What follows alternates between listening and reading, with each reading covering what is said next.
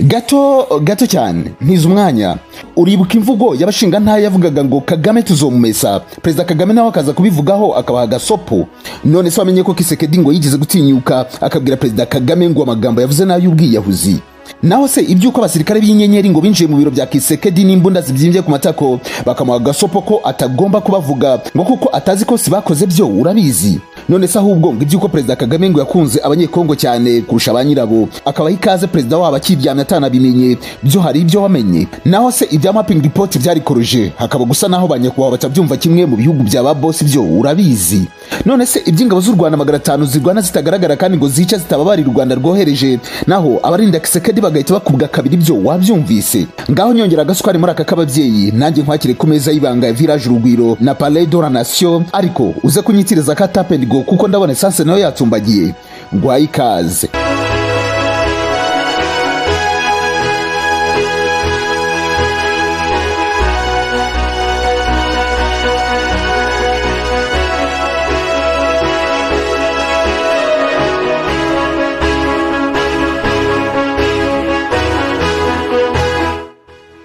Ndabanza nkwiseguraho gatoya. Iyi nkuru ushobora kuba naratinze kwikubwira, ariko nanone ntaho iminsi yari yajya kuko ahubwo urugamba nibwo rutangiye. Ntabwo uzi ibyavugiwe mu nda y'ingoma, ariko urugamba nibwo rutangiye, nibwo rushyushye. Ndabizi neza ko niba uri ku butaka bw'u Rwanda cyangwa se ukurikirana hafi iby'u Rwanda, ejo wumvise neza ko abasirikare ngo bagera muri 500 bambaye imyenda y'icyatsi kibisi ndetse n'akandi kabara ngo k'umukara ngo baberekeje ku butaka bwa Kongo. Namakuru yatangiye guhwihwiswa mu masaha yaraciye ikivi. Igisirikare cya Kongo FARDC cyase gishinja u Rwanda kohereza ingabo 500 zo mu mutwe wihariye mu burasirazuba bw'iki gihugu gufasha inyeshyamba za M23. Ibyo u Rwanda rwavuze ko nta shingiro bifite. Ibirego bije nyuma y'umwuka mubi wongeye kwaduka hagati ya Repubulika Iharanira Demokarasi ya Kongo n'u Rwanda rushinjwa gutera inkunga inyeshyamba za M23 z'ubuye intwaro zikongera kurwana n'ingabo z'iki gihugu mu ntara ya Kivu y'Amajyaruguru. U Rwanda rwakomeje kubihakana. Umuvugizi wa guverineri wa Kivu y'Amajyaruguru General Sylvain Ekenge yavuze ko u Rwanda rwahinduye amayeri kugira ngo bitamenyekana ko ingabo zarwo ziri ku butaka bwa Kongo nk'uko TV5 Monde yabitangaje. Yagize ati uhereye igihe abasirikare b'u Rwanda bafatwaga muri territoire ya Rutshuru, u Rwanda rwahinduye impuzankano y'abasirikare barwo ngo ruyobye uburari kuko ruri ku butaka bwa Kongo aho rutera inkunga M23. Yakomeje agira ati u Rwanda rwohereje abasirikare bagera kuri 500 bo mutwe wihariye muri Canzu, bose bambaye impuzankano irimo amabara y'umukara n'icyatsi cy'ingofero z'umutwe warwo wihariye. Umuvugizi wa guverinoma y'u Rwanda Yolande Macron yabwiye ibiro ntaramakuru by'Abafaransa ko ibyo birego nta shingiro bifite habe na gatoya. Yagize ati binyuze kuri Minisitiri w'Ububanyi n'Amahanga w'u Rwanda ndetse ntumwa yarwo mu muryango w'abibumbye bavuze rweruye ko nta nyungu dufite muri aya makimbirane kandi ko tutazasubiza ibirego bidafite ishingiro. Umuvugizi w'igisirikare cy'u Rwanda Colonel Ronald Rwivanga nawe yagize ati ntacyo twavuga ku makuru y'ibihuha. Ntugire ngo ariko biriya byatangiye buriya. Yenda uwo ushobora kuba wabyumvise mu itangazamakuru cyangwa se ukumva ko leta ya Kinshasa yatangiye kubihwihwiswa buriya. Reka mbanze nkubwire byinshi utigeze umenya kugira ngo wumve imvano ndetse no kuvuga ko bari abasirikare bagera muri 500 b'u Rwanda babinjiye ku butaka bwa Kongo, ariko nanone turebe ese koko nukuri cyangwa no kwitata kwa leta ya Kinshasa. Ibyabereye Saint Makifioto ndetse na La Calabas byo ndaza kubigarukaho nyuma. Ubusanzwe ubushuti n'ubuvandimwe bugaragazwa na byinshi birimo gufatana mu mugongo, gusurana, gufashanya, guhangayikira mugenzi wawe n'ibindi. Ibyo byose byabayeho hagati y'u Rwanda na Kongo, nako hagati ya Perezida Kisekedi na mugenzi w'u Rwanda Paul Kagame mu myaka 2 ishize. Hari umuntu twigeze kuganira wabaye hafi y'umukuru w'igihugu ambwira ko kukiyobora atari ibintu byoroshye kandi ko bisaba umwanya munini ku buryo kugira ngo ubone abakuru b'ibihugu bagenderanye biba byabaye ku mpamvu zikomeye cyane. Igihe cyabo gito bagikoresha neza hanyuma urugendo rw'umwe rujya ku wundi rukaba mu gihe cyangombwa. Mu myaka 2 ishize Perezida Kagame na Kisekedi bahuye inshuro 9. Icyo gihe cyose bagaragaraga bafatanye ukuboko baganira baseka, ku maso hagaragara akanyamuneza. Hari ifoto itazibagirana yafashwe na Nkurunziza Faustin mu Intare Arena igaragaza Kagame na Kisekedi bafatanye ukuboko bicaye. Iyi foto ariko yanavugisha amangambura abanyekongo basanzwe banga u Rwanda byo ku rwego rwa nyuma. Ku ruhande rwa Kisekedi umwuka wari uhari nuko ahubwo nta yindi foto yari gufatwa atari iyo ngiyo igaragaza ubucuti ku mpande zombi. Byageze naho Kisekedi we asabwa kugira icyo avuga ku byo Perezida Kagame yari yavuze kuri mapping report. arabyanga yemera ko mu gihugu cye bamuvumira ku gahera. Muri iyo myaka ibiri abagaba bakuru b'ingabo z'ibihugu byombi harasuranye, nta muntu uzibagirwa ko General Jean Bosco Kazura yakiriwe neza i Goma akigera mu mihanda bakamuha ikaze n'icyubahiro cyinshi. Uribuka ko Kazura icyo gihe yagiye kubasura mu gihe hari hashize iminsi twumva inkuru zaba mudacumura bapfanye ikiyiko, amakamyo atunda abayoboke b'imitwe nka P5 na Rudurunana n'abandi bakisanga mu nkiko i Kigali. Noneho ejo bundi ahangaha mu mpera za 2020 ku Kimihurura amasaruti yacaga ibintu ubwo General Celestin Mbala Munsese yasohokaga mu modoka ifite ibirahure byijimye agatambuka hagati y'abasirikare b'u Rwanda bari bamukoreye umurongo bamuha icyubahiro. Hagati aho ngaho natwe twaridegembyaga mu mpera za weekend imodoka zamanukaga umusubirizo z'Igigoma ku buryo umuheha w'abagunyaririjwe i Rubavu naho amadolari ari yose. Sinkuru mbarirano rega kuva Kisekedi yajya ku butegetsi la Carbase no kuri Santima Kifioto habaga hakubise huzuye abanyarwanda babaga bari mu bagiye kwizihirwa cyane mu mpera za weekend ku buryo wasangaga ka whisky n'agasamaki byagize mu mesokoro. Magingo aya ngaya ariko kujya i Goma cyangwa muri RDC ku munyarwanda bisaba kwigengesera, bitabaye ibyo ngibyo byakugendekera nka bimwe by'abashinga ntahe bavugaga ngo bazomumesa mu mvugo z'abakuru kugera kuzaboroheje baroba isambaza ku Kivu. Bana Nzambe barasiritse bashinja u Rwanda gushaka kubahungabanyiriza umutekano ko ari umuturanyi mubi. Ni mu gihe mbere Kisekedi mu nshuro nyinshi yahuye na Kagame harimo izo nawe atazibagirwa. Uribuka ejo bundi Kagame ari i Goma, Kisekedi yarishimye cyane. Ati umuvandimwe Perezida Kagame yaramushimye cyane ngo kubwo kumufata mu mugongo mu gihe iruka ry'ikirunga cya Nyiragongo ryafataga ubuzima bw'abantu rigasenya n'ibikorwa remezo. Ati ndabanza gushimira umuvandimwe wanjye Perezida Paul Kagame kubwo kudufata mu mugongo nyuma y'ibyabaye muri iki cyumweru ubwo umujyi wa Goma wibasirwaga n'iruka ry'ikirunga. Uwo munsi nahise muhamagara musaba kuduha ubufasha kuko abaturage bacu bashakaga ubuhungiro mu Rwanda i Rubavu. Natunguwe no kumva ambwira ko ahubwo amabwiriza yatanzwe mbere y'uko mbimusaba.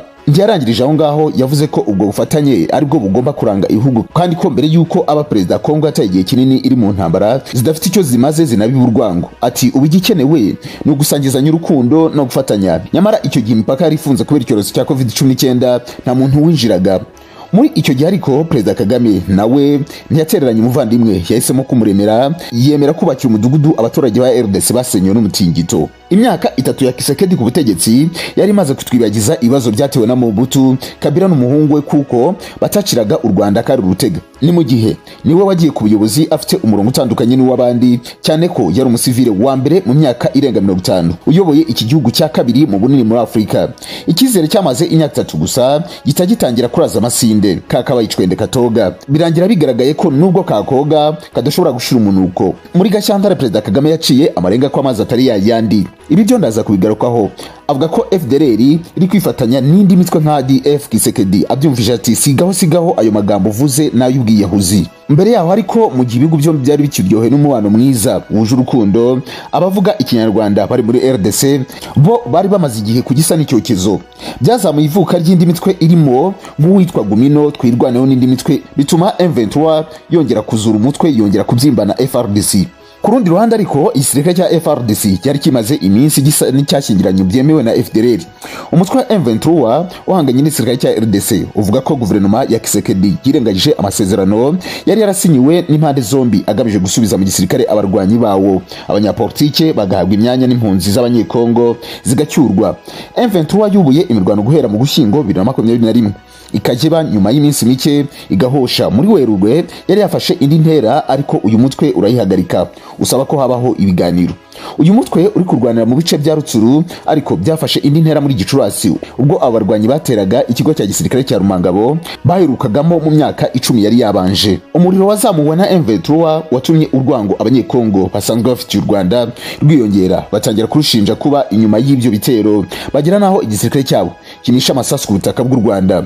Mu gushaka impamvu zishimangira urwo rwango, FRDC yafashe abashumba babiri ibita ko ari abasirikare b'u Rwanda yafatiye ku butaka bwayo. Ntibyagoye u Rwanda gusubiza cyangwa ngo bisabe abakuru, rwatumye guverineri w'intara y'Uburengerazuba kumenyesha uwa Kivu y'Amajyaruguru ko icyo ari kinyoma cya Semuhanuka. Yamumenyesheje ko abo bantu bafatiwe muri Kongo mu ntangiriro z'umwaka kandi ko atari abasirikare b'u Rwanda. Byageze aho bifata intera, urwango rubakarundura, abanyekongo batangira gucyaza imihoro. Umupolisi mukuru wa Goma ahamagarira abaturage kwitegura kwivuna umwanzi witwa u Rwanda. FDLR nayo ku manywa y'ihangu ifatanije na FRDC yashimuse abasirikare babiri b'u Rwanda ishaka kurushora mu ntambara ku ngufu. Kwa 25 Gicurasi Minisitiri w'Ububanyi n'Amahanga wa RDC Christophe Rutundura Rwanda yatangaje ko igihugu cye gifite ibihamya ko umutwe wa M23 ufashijwe n'u Rwanda wateye ibirindiro bya MONUSCO.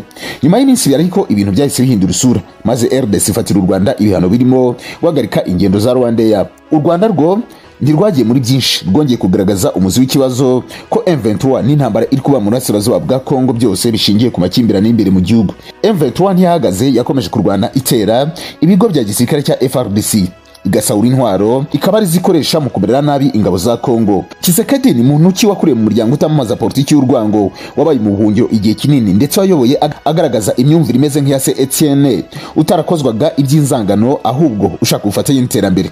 Iminsi ya mbere ye yatangaga icyizere, gusa ibintu byatangiye guca amarenga ubwo yashyiragaho ibihe bidasanzwe mu burasirazuba bw'igihugu, avuga ko igisirikare kigiye kumufasha kugarura amahoro muri ako gace. Ni mu gihe igisirikare gisanzwe gishinjwa ibikorwa by'ubwambuzi, guhohotera abaturage no gukorana n'imitwe yitwaje intwaro mu bucuruzi n'izindi maguyi zibaho umugati. Muri Gashyantare ubwo Perezida Kagame yakiraga indahiro za Minisitiri w'ibikorwa remezo, yagarutse ku bibazo by'umutekano muke mu karere, yikije cyane ku mutwe wa FDLR ushobora kwihuza n'indi ibarizwa mu mashyamba ya Kongo igatera u Rwanda. Yashimangiye ko rudashobora kwihanganira ibyo bintu. Ati impamvu duhanze amaso muri Kongo ni FDLR n'indi mitwe iri muri Kongo ishobora kwivanga na ADF kubera ko hari umubano. Ibyo tubihanze amaso ariko tuzabikemura uko bikwiriye kuba bikemurwa. Yongeye agira ati hari ubwo twinginga, hari aho twumvikana, hari aho dusaba, hari naho iyo byarenze umurongo tutagira uwo dusaba tugakemura ikibazo uko tugomba kuba tugikemura.